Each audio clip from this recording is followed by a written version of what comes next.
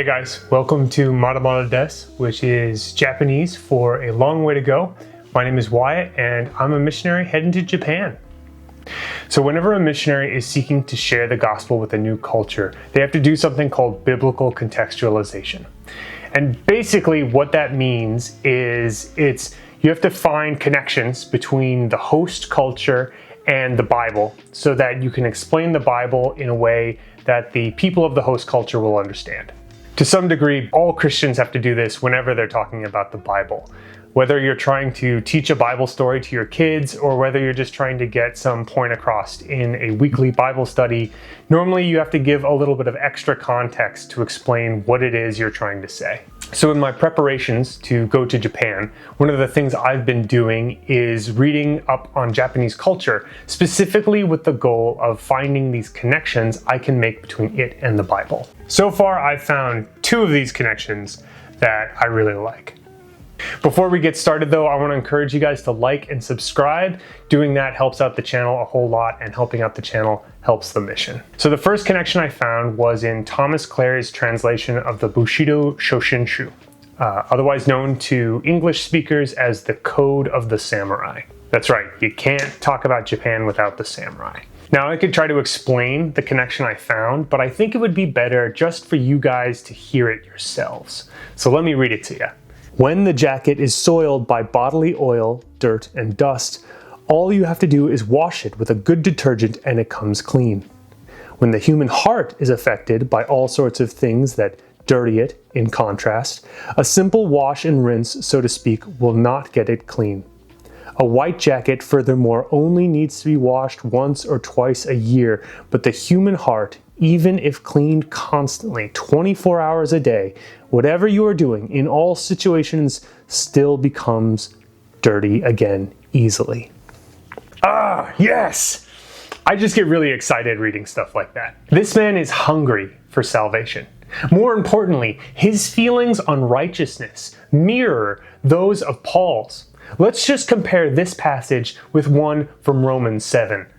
So I find this law at work. Although I want to do good, evil is right there with me. For in my inner being I delight in God's law.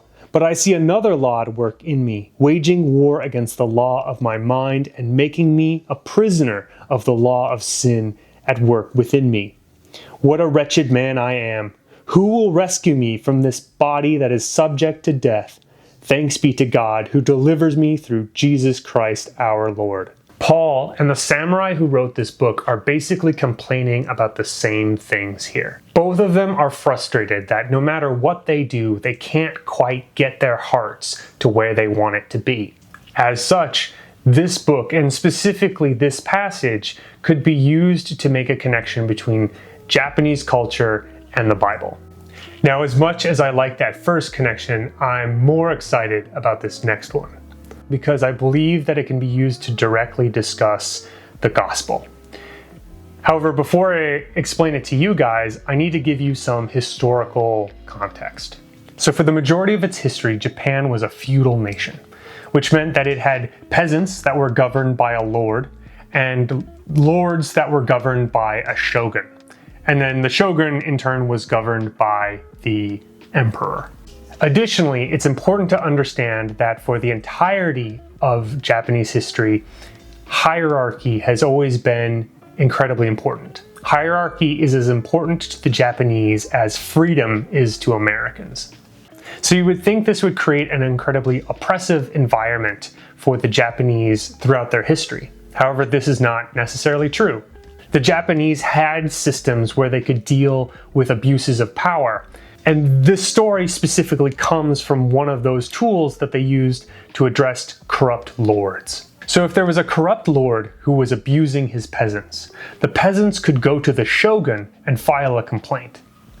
And history shows that about 50% of the time, when peasants did this, the shogun would come to their rescue. Which is pretty great, particularly when you compare it to something like feudal countries in the West. But you have to remember the Japanese have a really high regard for hierarchy. And because the peasant went all the way to the shogun with his complaint, he had violated the hierarchy. And so one of the costs of making this complaint to the shogun was that the peasant who made the complaint would be executed. Essentially, this peasant would be martyred for his village. This is pretty brutal, but this is essentially what Jesus does for us. So altogether, we could say something like this. The gospel is like if the shogun, having a deep love for his people, sent his son to become a peasant.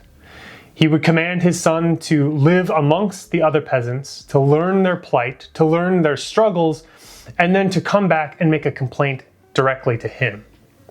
And he would do this so that not only would the people be free of their corrupt lords, but also so that they would not have to die in order to get the information to the shogun.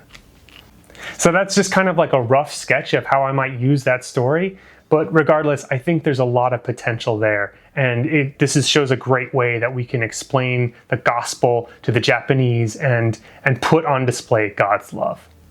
So yeah, that's what I got. It's, just the beginning. I know there's a lot more and many more connections I can make, and I'm hoping to find them when I'm doing more study of Japanese culture. Hope you guys can stay tuned. More videos to come. We've got a long way to go, and I'll see you next time.